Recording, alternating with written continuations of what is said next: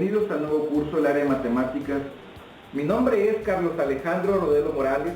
Me complace ser quien nos acompañe en los próximos días en el estudio y el análisis de figuras geométricas planas y sólidos. Recuerden que podemos estar en constante comunicación, ya sea por correo electrónico, foros, chats, redes sociales. Estudiaremos la discusión de la función cuadrática, el caso de la parábola, iniciando con el análisis de estos 8 primeros puntos que se enumeran los elementos básicos de la función cuadrática, siempre que sea de la forma y igual a ax cuadrada más bx más c. Entonces iniciamos con el número 1, que es el vértice, tomando como ejemplo esta función y igual a x cuadrada menos 2x menos 15. Tenemos que el vértice tiene una forma de su coordenada xy, donde la x se hace de una forma y la y se obtiene de la otra manera. Aquí estamos tomando como referencia a, b, c, los valores de los coeficientes de los tres términos de la función.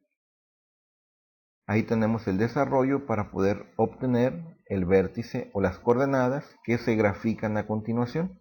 En este pequeño plano cartesiano, el punto azul sería el vértice. Seguimos con la discusión de la función cuadrática, ahora con el punto número 2, que es el eje de simetría.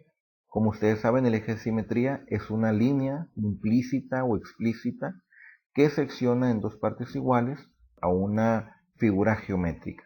Ahí lo tenemos. Y en el caso de la parábola, efectivamente pasa justo por el vértice que tenemos aquí. Entonces podemos decir que esa línea discontinua azul sería el eje de simetría.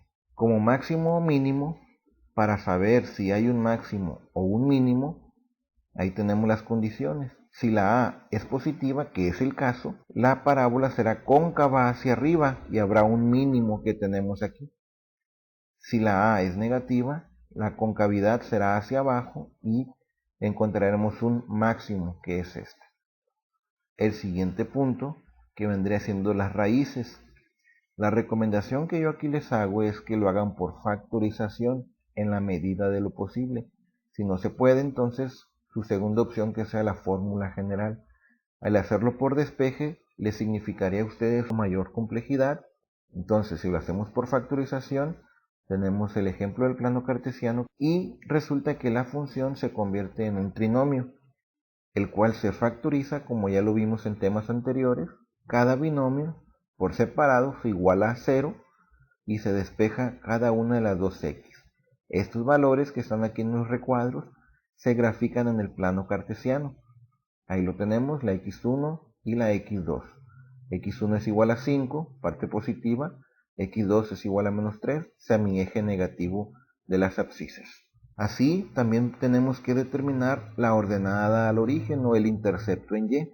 Ya tenemos los valores en x por donde corta, pero la pregunta es por dónde corta ahora al eje y. Se iguala a 0 la x y se sustituye. En lugar de x se pone 0 y en lugar de x se pone 0. 0 por 0 se cancelan, 2 por 0 se cancelan y nos queda nada más el menos 15 al final. Eso significaría que aquí más o menos estaría el valor del menos 15. Vean que ya tenemos 1, 2, 3, 4 puntos que nos pueden servir a nosotros para trazar debidamente la gráfica de la parábola. Aquí tenemos ya los 3 puntos, 4 puntos que tenemos. Y el bosquejo de la gráfica no consiste más que en unir los puntos obtenidos. Siempre tendría que ser de izquierda a derecha. Y ahí los tenemos, cómo se va formando la parábola, hasta que queda completamente formada dicha curva. Como número 7 tenemos entonces la extensión. En la extensión se divide en dos partes, el dominio y la imagen. El dominio es qué valores de x se ocuparon para poder trazar toda la parábola. En este caso, este tipo de parábolas que estamos estudiando, el dominio siempre será todos los valores de x, mientras que la imagen será aquellos valores de y que se requirieron para poder trazar la parábola. Y vemos que desde este punto mínimo hacia arriba todos se tuvieron que trazar, es decir, del menos 16 para arriba. Quiere decir que la y puede llegar a valer mayor que menos 16 o cuando menos igual. Y por último, tenemos el caso de la monotonía.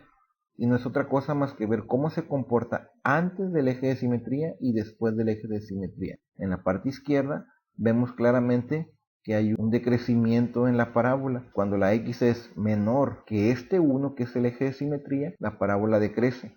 En cambio, cuando vemos después del eje de simetría, va creciendo la parábola ya. Es decir, después del 1 del eje de simetría, cuando la x es mayor que 1, crece.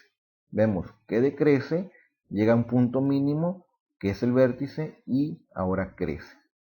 Eso fue la discusión de la función cuadrática, el caso de la parábola. Muy bien, empezaremos ahora a graficar una función cuadrática. Para ello emplearemos un software llamado FluidMath.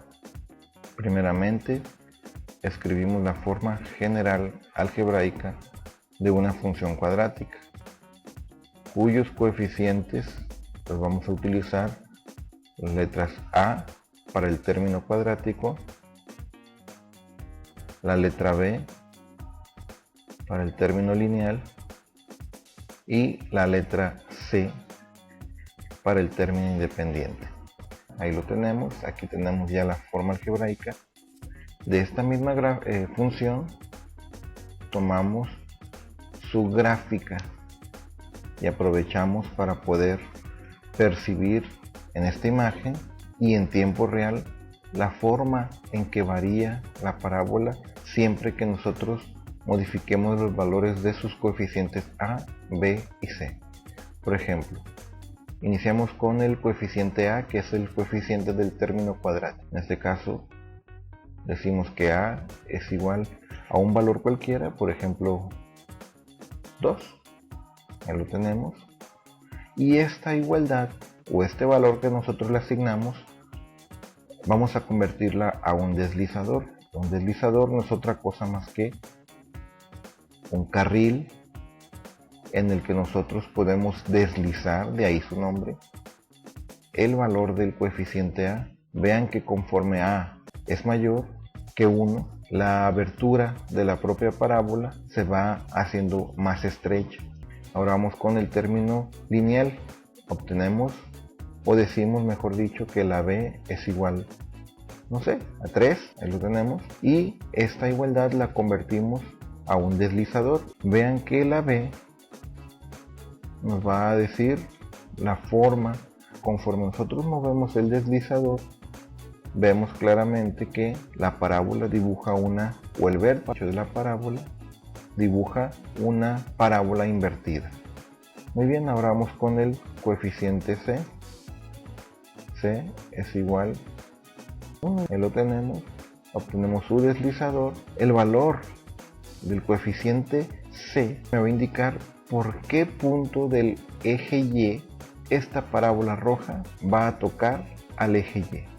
Entonces, como lo vemos, por ejemplo el 2, aquí vemos cómo corta el número 2. Por ejemplo en el 4, ahí vemos cómo la línea roja corta en el número 4. Por ejemplo en el menos 3, si la C vale menos 3, vemos efectivamente lo que les estoy diciendo. Entonces, como varían los parámetros de la función cuadrática, varía su representación gráfica.